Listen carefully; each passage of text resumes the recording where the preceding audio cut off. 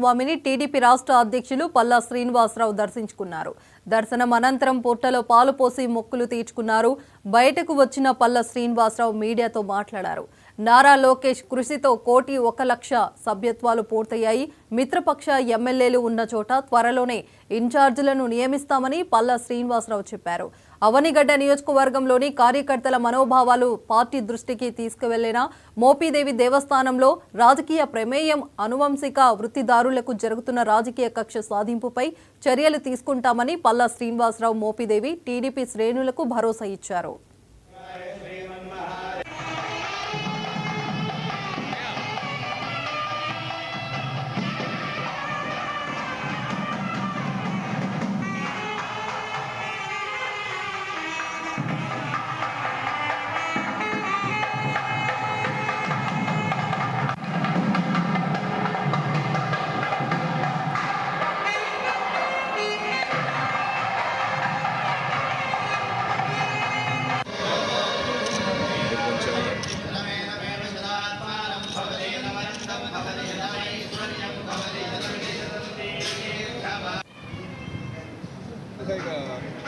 Committees అన్ని కూడా రాష్ట్ర వ్యాప్తంగా వేయడం జరుగుతుంది.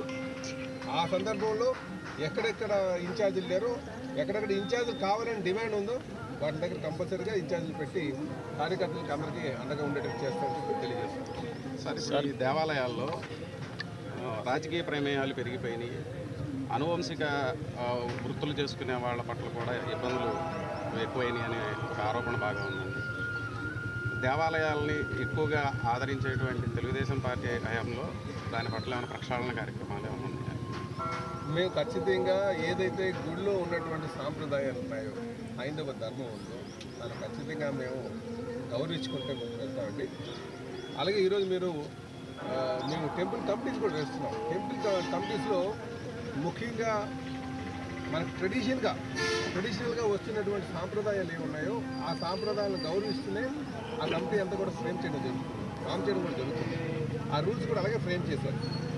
కనుక హైందవ సాంప్రదాయాలకి ఎటువంటి విఘాతం కలగకుండా ఆ గుడిలో ఉన్నటువంటి సాంప్రదాయాలను గౌరవిస్తూ ఆ కమిటీ ఫామ్ చేసి ముందుకు వెళ్తామండి. అలాగే అనువంశిక ధర్మకర్తలు ఎవరైతే ఉన్నారో వాళ్ళ సమస్య స్థానం ఖచ్చితంగా ఉంటుంది. అనువంశిక ధర్మకర్తలు కదా, వృత్తిదారుల మీద కూడా దౌర్జన్యం జరుగుతుంది. ధర్మకర్తలు కావచ్చు, వృత్తిదారులు కావచ్చు, ఇదే గుడిలో వృత్తిదారుల మీద దౌర్జన్యాలు జరుగుతుంది.